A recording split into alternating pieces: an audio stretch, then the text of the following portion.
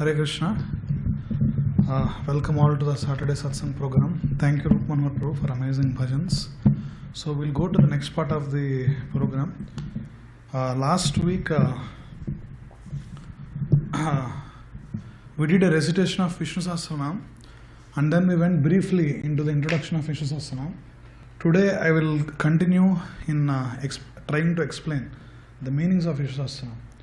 So whatever it is covered in the time span that we have, I will try to give some introduction about what Vishnu-Sahasra-Nama is teaching and all that during this satsang class.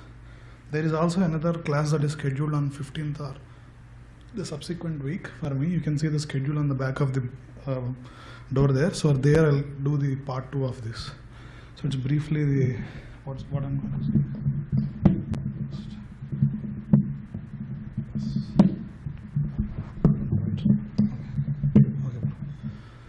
Jaya Radha Madhava Kunja Bihari Jaya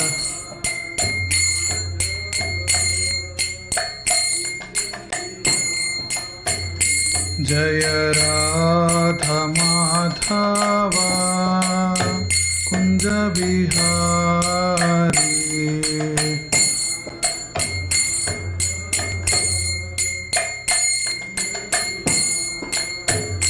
Jaya Gopi Jana Vallabha Girivaradhari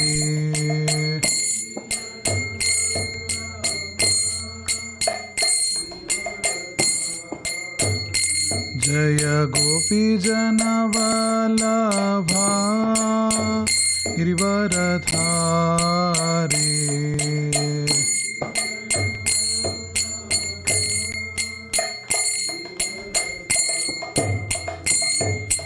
Yashodanandana Vraja Jana Ranjana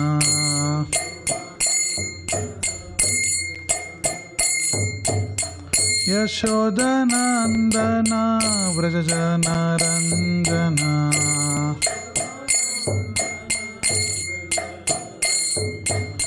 Yamuna Tira Vanachari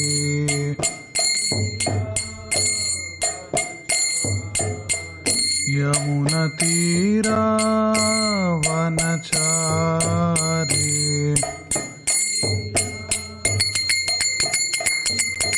Jaya Radha Madhava Kunja Bihari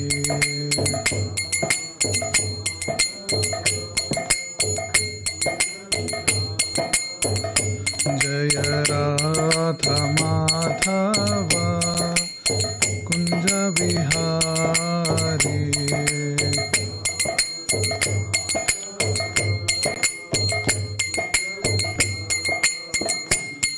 Hare Krishna Krishna Krishna Hare Hare Hare Rama Rama Rama Hare Hare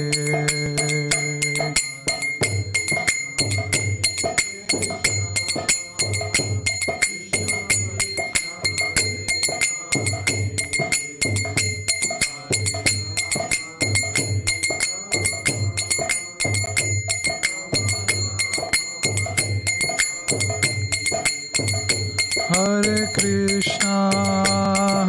Krishna Krishna Krishna Hare Hare Hare Rama Rama Rama Hare Hare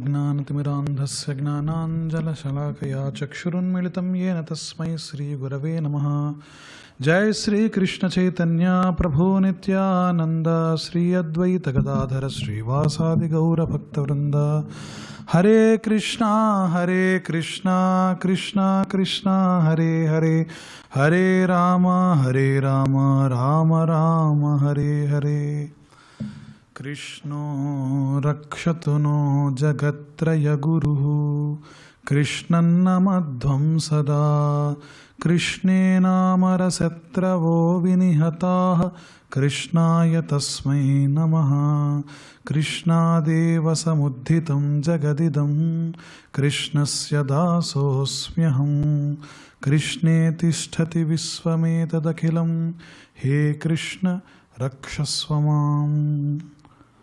So this verse is from Mukundamala Stotram.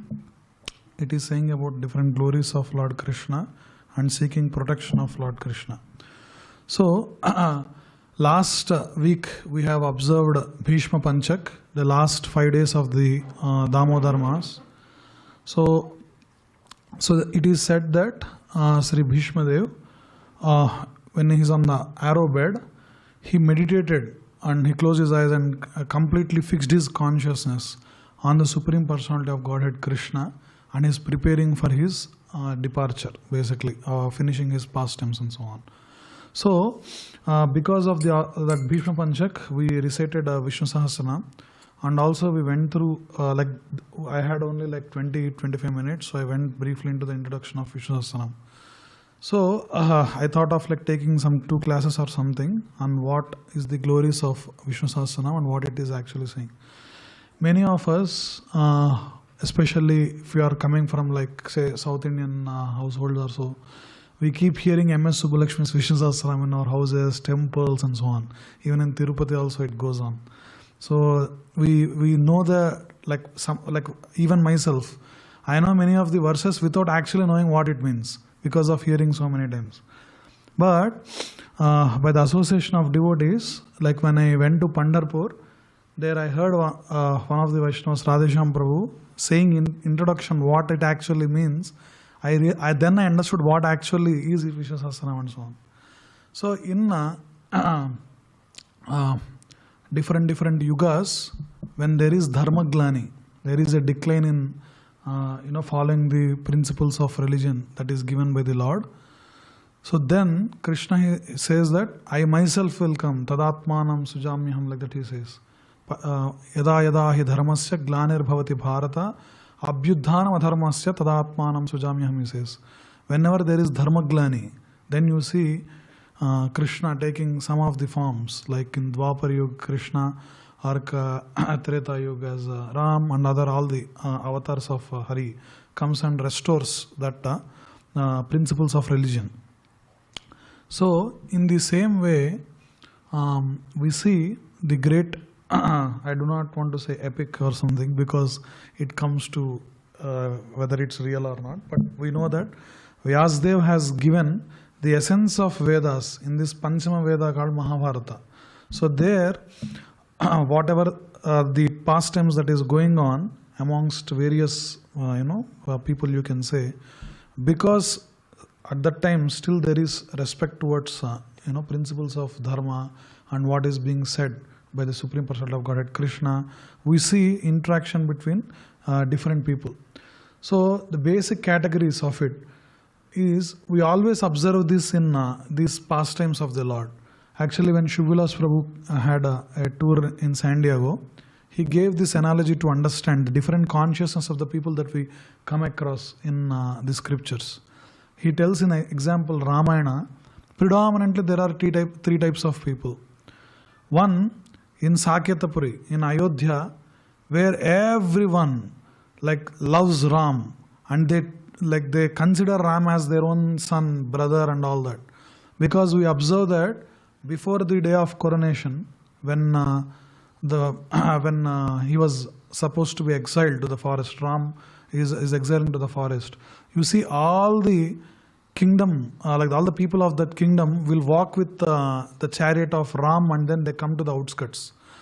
Ram had to make a plan, a strategy, like instructing the charioteer to in the middle of the night, Ram, Sita and Lakshman wakes up and go, and he asks the chariot to go in a very zigzag manner, confusing the people, and eventually that tracks will lead to Ayodhya itself.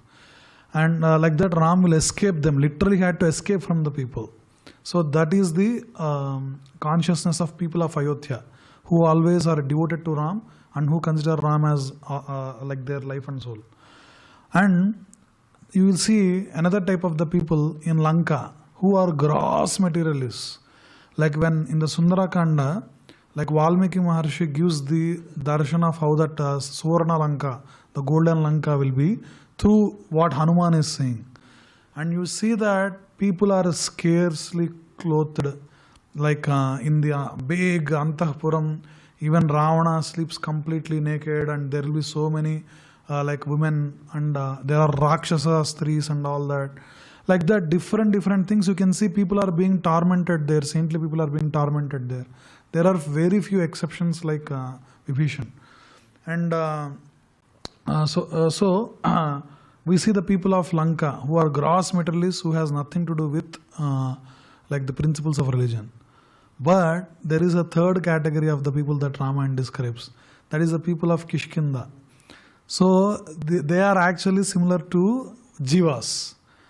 So when they are coming in contact with Ram, then they align towards the principles of Dharma. And once they got the victory from Vali, Sugriva was liberated from Vali, for 4 months Ram and Lakshman will be waiting in the cave, because they promise Ram that after celebrations from this liberation from Vali, we will come and assist you in the Ramakarya, that is finding Sita and all. But they celebrate too much that they forget that the purpose of it. So Ram sends Lakshman, and we know like Lakshman. So there are these people like Lakshman, and in of course they love Lord so much, but that because they have these expansions of Seshanag, you see how strong they are. So Lakshman has to go and literally give a warning to Sugriva. So if you are forgetting the promise that you have made before the fire, then you have to face the arrow of Ram. Like that he gives warning. So then they have to again, no, sorry, and then they'll come back, and Sugriva immediately makes 4 parties, southern party, like the 4 directions, and he sends and so on. So basically the people of Kishkinda Vanaras, they represent Jiva. So because of their association, and we always have the choice whether to go towards more Ayodhya Puri or towards Lanka. So that is why the conclusion of Ramayana is, from Lanka we go up towards Ayodhya. That is what the Rama Pattabhishek is. So a Jiva also should, whatever that is going through the modes of the our nature and all that, and trying to get the spiritual education, we have to practice what is being taught, and then slowly we have to ascend in going into association of Lord and going in his Nitya Leela. So that's the thing. So perfect our own being and serve the Lord. So in that, the Mahabharata also gives the account of many pure devotees. That time there are like Kauravas who knows, they all know that Krishna is a mystic, but they do not know that they do not agree that he is Supreme Personality of Godhead. That's why they they do not listen to his beneficial words and so on. But there are these pure devotees like Kunti Maharani, Vidura, Bhishma Dev, and some of these examples, Pandavas, Draupadi. All these they show what like a pure devotee is, and you can see the reciprocation of Lord also in a similar way. How even Krishna reciprocates towards them who are actually loving him through life and soul. So in that Bhishma Dev gives this Vishnu-Sahasra-Nama in the thing. So understanding that the Supreme Personality of Godhead, Krishna, or his attributes as Supreme Personality of Godhead, for us it is impossible.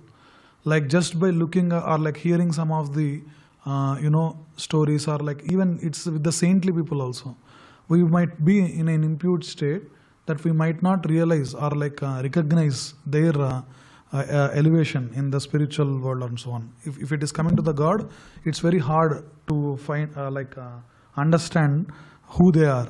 So we have to listen through the story of through the words of these Bhagavatottamas, and then understand the qualities, guna, and the wonderful qualities of the Lord. That will actually brings the transformation. So in that, so at the end, when Bhishma Dev is on the arrow bed, then I told this briefly in the last week also, that Vishnu-Sahasra-Nama starts like that. Shrutva dharman aseshena pavanani cha sarvasaha yudhishthira shantanevam punareva abhyabhashata, like that. So basically, Santanamam is Bhishma. He's a personification of dharma, you can say. He's like, he follows all the dharmas so perfectly because he gets his education from Mother Ganga herself. And Santanu Maharaj, all this nobility he has. And so because after Mahabharata, the war of Kurukshetra, so the Pandavas have to take the throne and rule it and set an excellent example. Otherwise, the point of the Kurukshetra war is lost. So, in order to get the education, so even that is a Shastric injunction as well. Tad vijnanardham sa gurumeva abhigachyetaha samitpani srutriyam brahmanishtam. That's what the Svetaswara Upanishad says. That is, if you want to obtain the spiritual knowledge, one must approach Guru. That's what the instruction is. So, Krishna, Supreme Personality of Godhead Krishna, asks Yudhishthir and other Pandavas, they come there, and he actually asks Yudhishthir to go and learn what Bhishma has to teach at these final moments.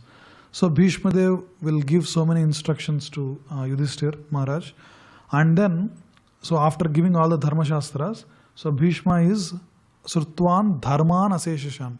After listening a lot of Dharmas, so he is starting this. So Yudhishthir is asking the following question again. So what is he asking is, Kimekam Daivatam Loke, Kim Vapyekam Parayanam, Stuvantah Kamkamarchantah Prapnuyur Manava Subham. So Yudhishthir is asking this question. We hear so many Devatas, about the like demigods and so on. So he is actually inquiring from Bhishma. So please tell me, who is the Supreme Personality of Godhead, the ultimate controller of universe? Who is the ultimate destination of all living beings? Whom should men glorify and worship in order to attain that auspiciousness? So then, also he asks the following questions. Ko dharma sarva dharmanam bhavatah paramo mataha kinjapan muchyate jantur janma samsara bandhanat. So he asks this question. So of all the dharmas, what is the supreme dharma that one has to follow? Out of all religion, the schools of religion, mataha, what is the paramo mataha that one has to follow? And kinjapan muchyate, by performing whose japa, jantur janma samsara bandhanat. This animalistic life, you will get freed from it and escape from the cycle of birth and death. So what is that jantur janma is? So whatever we are doing, it will store in the form of that sanchita karma. Sanchita karma is like the global bank account. And so in our, whatever the Bhagavad Gita teaches us, is whatever good we do will be stored as a good karma, whatever bad we do will store as a negative karma, and the good will not negate the bad. So all this set of good and like bad are stored in that global account called Sanchita Karma, and that is distributed through, like if the whole life is filled with the reactions from your sinful deeds, life will become unbearable.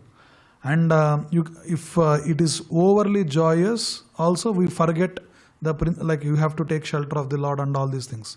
So there will be a balance of the reactions from the good and bad deed. So that is called prarabdha karma. So it is distributed through so and so lifetimes.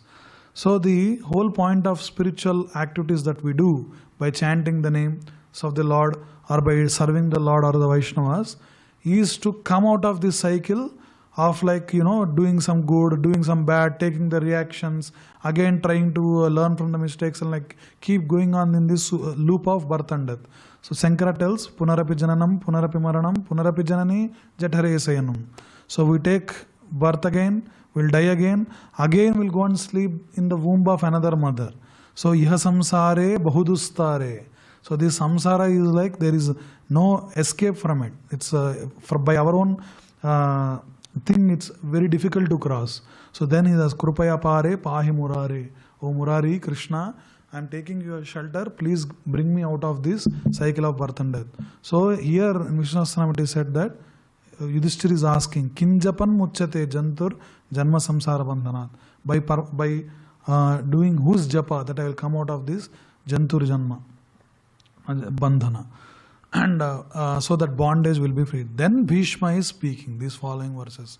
Sri Bhishma Vacha Jagat Prabhum Devadevam Anantam Purushottamam Stuvannama Sahasrena Purushas Satatotitaha Tame Vacharcha Yannityam Bhaktya Purushamavayam Dhyayan Stuvannamasyanscha Yajamanastame Vacha. Like that it comes. That is, so he says, then Bhishma is replying this. Jagat Prabhum. There is one Supreme Personality of Godhead out of which all the universes that comes. Jagat means Jayate Gacchate iti Jagat. Jayate means to be born. Gacchate means which will be annihilated. So that which is going through repeated creation and annihilations is the definition of Jagat. And all these universes are coming from that Supreme Personality of Godhead. We'll see from the prayers of Gajendra Moksha also, like even Gajendra also prays, that Supreme Personality of Godhead, from whom the repeated annihilations and creations are appearing, to him I offer my obeisances, like that it prays. Like that, so Jagat Prabhum, Deva Devam, he is the God of gods. And Anantam Purushottamam, Stuvan Nama Sahasrena Purusha Sata Uttitaha. So his Nama that we have to chant, and that will create, will perfect our life and will be upgraded in our life, so that we do not fall into lower form of life or waste our life. That's what it says. So Tameva cha archayan nityam, Tameva cha archayan nityam. On to him we have to do the archana and all, constantly. And bhaktya purusham avyayam. So here the quality is bhakti. With devotion we have to do it.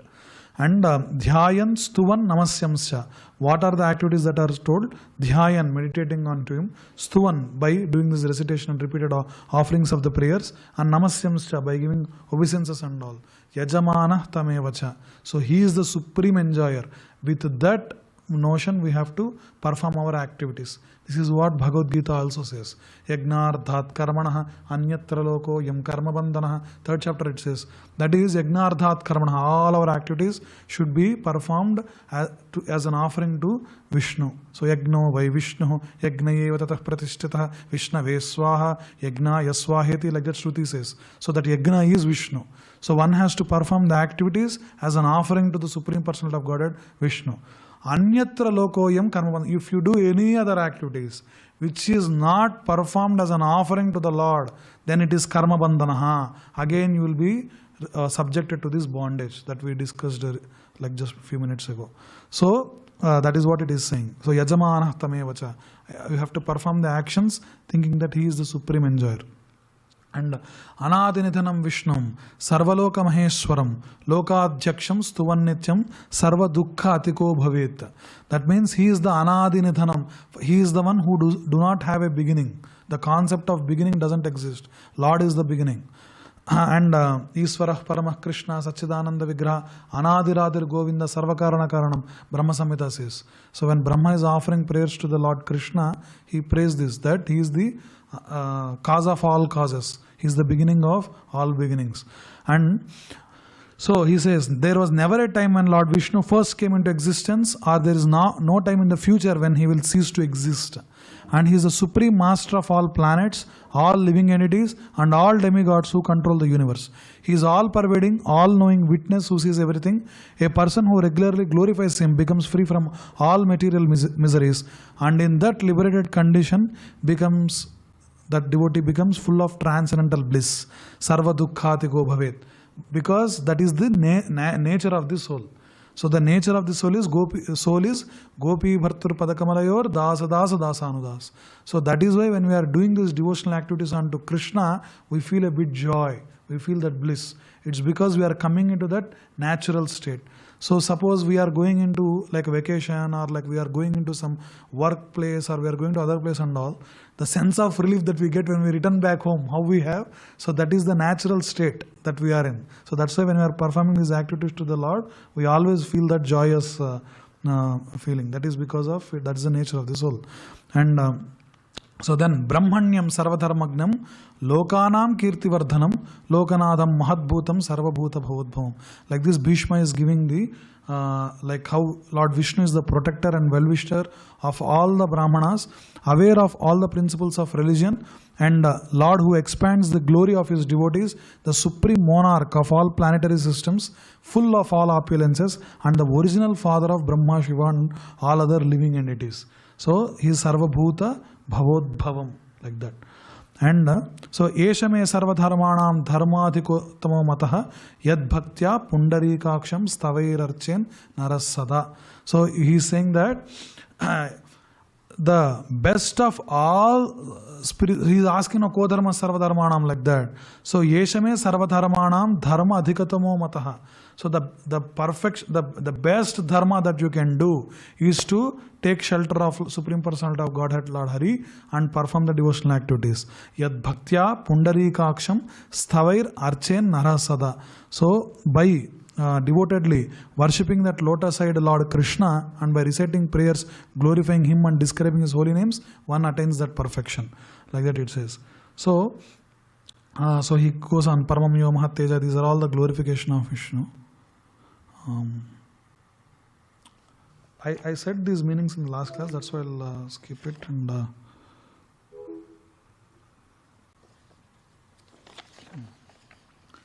so in like after going into Vishnum, Jishnum, Mahavishnum, Prabhavishnum, Maheshwaram, Aneka Rupa Daityantam Namami Purushottam. These are all the activities and the pastimes of Lord. So here, Asya Sri Vishnu or Vishnu-Sahasra-Nama Stotra Mahamantasya, like that it comes. In that, there will be a name, which we'll discuss briefly, because we had Bhishma Panchaka, I thought of saying. So it says, Radhangapani Rakshobhyiti Netram, like that. So there is one of the names of Lord Krishna called as Radhangapani. So the pastime comes from, so Bhishma is commander of all armies, but there is a small like pastime that we see in Mahabharata. So in the beginning, when there is still like these talks are going on. So when what is that talk called? Peace talk. What is that negotiation? What we call it? When Krishna comes to like stop the wars. Peace talk only, right? Yeah. So when he comes and the peace talk fails, and then there is a subsequent agreement that there is going to be a Kurukshetra war. So then like Kauravas and Pandavas are starting to gather the enemies. The first thing that Duryodhana and Arjuna, both of them know, that so there is this pastime that all of you might have known. So they come to Krishna first. That is, Krishna has Narayana Sena.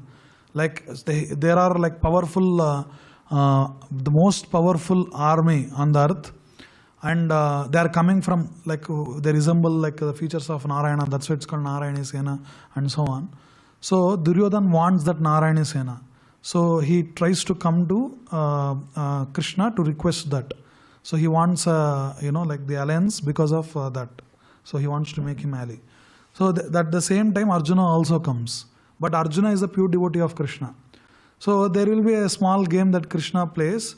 That is Duryodhana, because of his pride, he sits at the head of Krishna. Krishna will be acting as if he is sleeping. And Arjuna takes the offer obeisances unto the feet of Lord Hari, Krishna, and then sits at the feet. But when we wake up from the bed, you actually see what is there in front of the feet, right?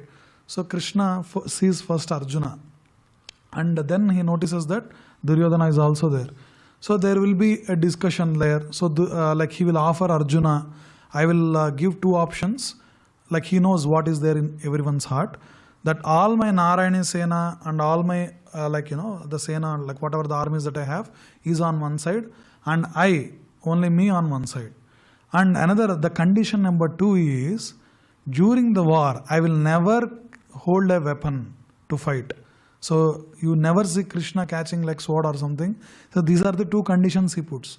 So he'll ask to choose, and he offers Arjuna first because he saw Arjuna first. So he says that Arjuna, since I saw you first, you get the first pick. So Duryodhana inside will be thinking that, oh, if Arjuna chooses Narayana Sena, I'll lose a lot of army like that. But since Arjuna is a pure devotee of the Lord, then so Arjuna actually picks Krishna. So the Narayana Sena goes towards Kauravas. So Arjuna is actually a pure devotee of Krishna. There is another pastime I heard. So in the middle of the Kurukshetra war also, these 18 days, in the middle, Krishna used to suddenly wake up from his tent and go to the Arjuna's tent and check up on him, and then come back and take rest or speak to his minister Satyaki. He is also a charioteer also. Like that he does.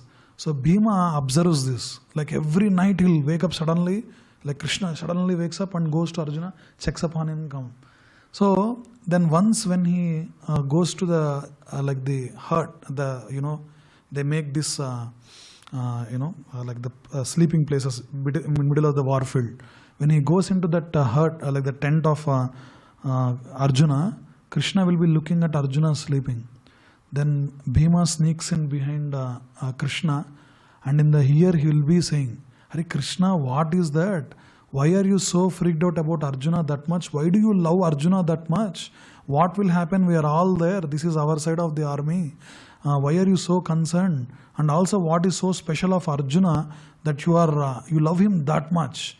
Then Krishna is hearing and looking at Arjuna, and then he'll catch Bhima's neck and he'll bend his head and puts near the leg of Arjuna. So Arjuna is sleeping and his hairs are erect like that, and he puts Bhima's ear towards the erect hair follicle basically. Then from his hair follicles, Bhima hears Krishna, Krishna, Krishna, Krishna, like that.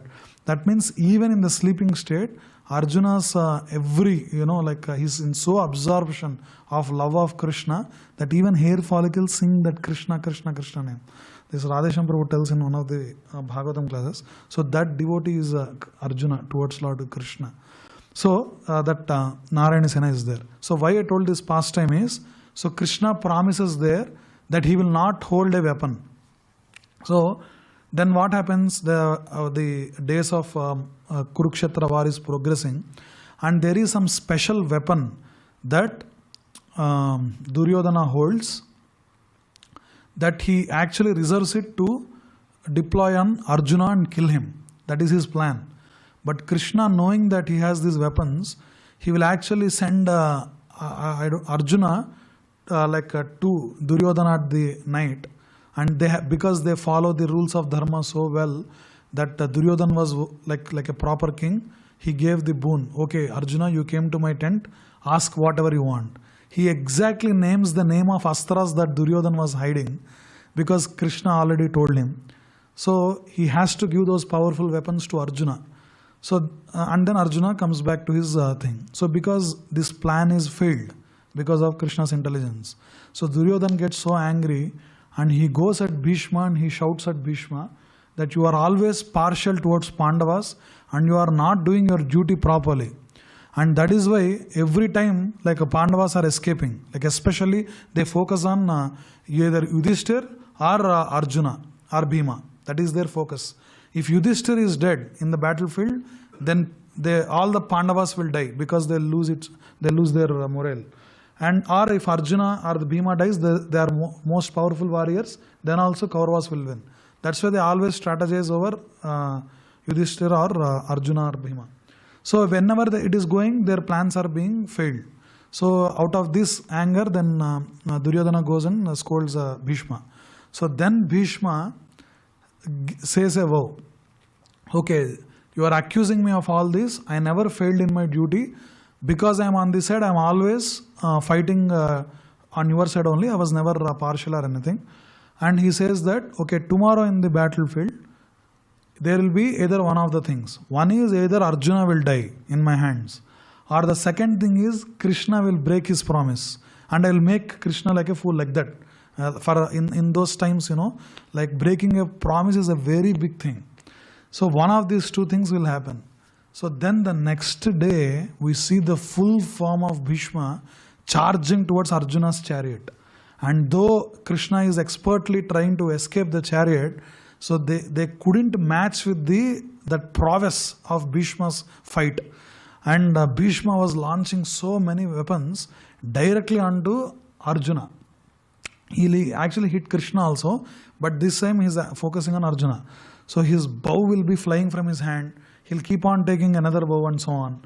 And then he'll start launching so many weapons towards his chest. And his armor shatters. And then he hits the kiritam, they say, right? Like the crown that will fly away.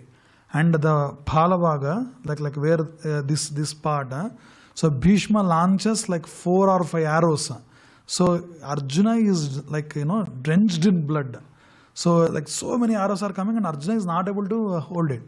So Krishna is saying he's trying to expertly, but there came a point that he understands that Arjuna is not going to stand. Then he jumps from the chariot and he'll stop the chariot and he jumps from the chariot with bloodshot eyes. Because here there are 2 people. You can in the introduction of today's class, I told Bhishma is a pure devotee of Krishna. Then why is he fighting on the other side? Because in the beginning of the war, then Bhishma will come to Krishna and says that I am ready to come on the Kaurava side and Pandava side and fight with you. Then Krishna only says that you have to fight on the other side. And because I want to experience Viryaras with you. Like how in the wrestling, you get that joy. Lord is the reservoir of all the rasas. Akila Rasamrita Vigraha, Krishna is. So he wants to enjoy that rasa with the devotees. With Arjuna, Krishna is having Sakyaras, and with Bhishma he is enjoying Viryaras with all this weaponry and all that fighting and so on. So here, so because of so many arrows are being charged at Arjuna, Krishna jumps from the chariot and he takes out the chariot wheel and he tries to charge at Bhishma. So there will be a painting, if I have a slideshow or something, subsequent thing I'll show, that Krishna will be charging at Bhishma with the chariot wheel in his hand, and Arjuna, by seeing this, immediately jumps from the chariot and catches onto the leg of Krishna. Krishna, you promised that you will not touch a weapon. If you hold a weapon to protect me, we will be subjected to a lot of infamy. So please, cool down, like that he is saying. And then Bhishma is like, this is the perfection of all my life. I am being killed by Krishna himself in his own hand. So he will leave his weapon and he will be waiting for Krishna to kill him. So this is depicted in a beautiful painting, that Bhishma will be standing like this and Krishna will be coming with charged with the chariot wheel and being dragged by Arjuna on the field of Kurukshetra. So this is Radhanga Pani. The Radha Anga he is holding as a weapon. So this is the Radhanga Pani Krishna. So why I told this all past time is, each holy name, each name of Lord will consist of his activities or his opulences and so on. So when we are trying to meditate or chant the Vishnu-Sahasra-Nama and so on, so these things if we know and then we chant, then we'll be it gives more effect, because we can able to feel that what is the notion with which these pure devotees have chanted, like Bhishma Dev. So like that, in the Dhyana slokas I will tell and we'll conclude the class today. So the one sloka we chant in the Dhyanam sloka is Kshirodanvat pradese suchimani vilasat saikate moktikanam mala kluptasanasthas patigamani nibhair moktikair manditangaha shubhrairabhrairadabrairuparī virachitair muktapiyusha varshaihi anandinah puniyadarinalinagadha sankhapanir mukundaha. So it's a description of Vishnu. So what is this sloka says is Kshirodanvat pradese. Whenever we are going into the beach, we can actually visualize this. On the bank of that milk ocean, where Mahavishnu is resting with Lakshmi on the throne, the description is going on. Kshira Udanvat. Udanvat is the ocean. In the milk ocean, Suchimani Velasat Saikate Moktikanam. So the sand of that shore, of that beach, is not like sand, but it's with Moktika manis, that means with the jewels and pearls it is covered. And on the milk ocean, there is a throne with all the pearls and jewels where Vishnu is residing. And what happens? Shubharai, Rabhrai, Radabhrai, Upari Virachitair, Mukta Piyusha Varshai. So there are some clouds that are forming on Vishnu, which are pure clouds, and continuously they starts raining Mukta Piyusha Varshai. So they are showering Amrutam, Piyusham, onto the Vishnu, bathing him. So because it's covered with the pearl shores and the white, pure white milk ocean, this pure nectar or Amrutam is appearing as if Vishnu is being bathed by pearls. So by taking this darshan, by meditating on this darshan, Puniyat, like that he says, that is, let it purify me, this darshan of Vishnu. This is the Dhyana slokam. And another one is Bhukh Padav Yasya Nabhir Veda Suras Nilaschandra Suryo Chanetre. This is like the expansion of the universal form of Vishnu, where if he stands, like at the feet there is earth, and his like eyes are compared to the sun and moon, and all how universal operations he is doing in that Vishwarupa Darshan is being said in that. And also we hear Shantakaram Bhujagasayanam Padmanabham Suresam Viswadharam Gaganasadarasam Meghavarnam Subhangam Lakshmikantam Kamalnayanam Yogi Hrudyanagamyam Vande Vishnum Bhavabhayaharam Sarvalokaikanadam. It says about the Vishnu who is like on the sleeping posture, where he will be Bhujagasayanam, he will be sleeping on one-sided form. You can see that painting there, and first painting, and that form of Vishnu is being meditated in this. And also, so like this, Sahasranam has so many beautiful names which consists of the activities and the pastimes of the Lord. So one of the importance of chanting the names of Vishnu is that there will be different yuga dharmas, that each yugas will have its own yuga dharmas. That's how the bodies are also given. According to that corresponding yuga, to perform the yuga dharma, the corresponding bodies are given. So in Satya Yuga, the yuga dharma is meditation and tapasya, and that's why we see like rishis or chants meditates for so many years. And Treta Yuga, the yuga dharma is yajna, and the Dwapar Yuga, the yuga dharma is deity worship. Like that, for yuga dharma of Kali Yuga is chanting the names of Lord Hari. So that's why even one of the main principal teachings of our movement is to chant the names of Lord Hari. That is by Mahamantra Hare Krishna, Krishna Krishna, Hare Hare, Hare Rama, Rama Rama, Hare Hare. At the end, after the Falashruti, we hear that Parvati is asking Shiva, Parvati is asking Shiva that Kenopayana Laguna Vishnu-Nama Sahasrakam Pachate Panditair Nityam Srotamichamiham Prabhu. That is, Parvati is asking, O Prabhu, Mahadev, so like Panditas can chant this very effortlessly, but it's not so easy chanting Vishnu-Sahasra-Nama or these big stotras. Then Kena Upayena Laguna, isn't there any shortcut that we can derive the benefit of chanting Vishnu-Sahasra-Nama? Then Ishvara Uvacha, Shiva tells this, Shri Rama Rama Rameti Rame Rame Manorame Sahasranama Tattulyam Ramanama Varanane. O Varanane, O Devi, he'll say, Manorame also is addressing Parvati. If one chants Sri Rama Rama, then it is Sahasranama Tattulyam. It's equivalent of chanting the 1000 names of Vishnu. Like that, there is another reference. So if you chant one name of Rama, so 1000 names of Vishnus will be chanted.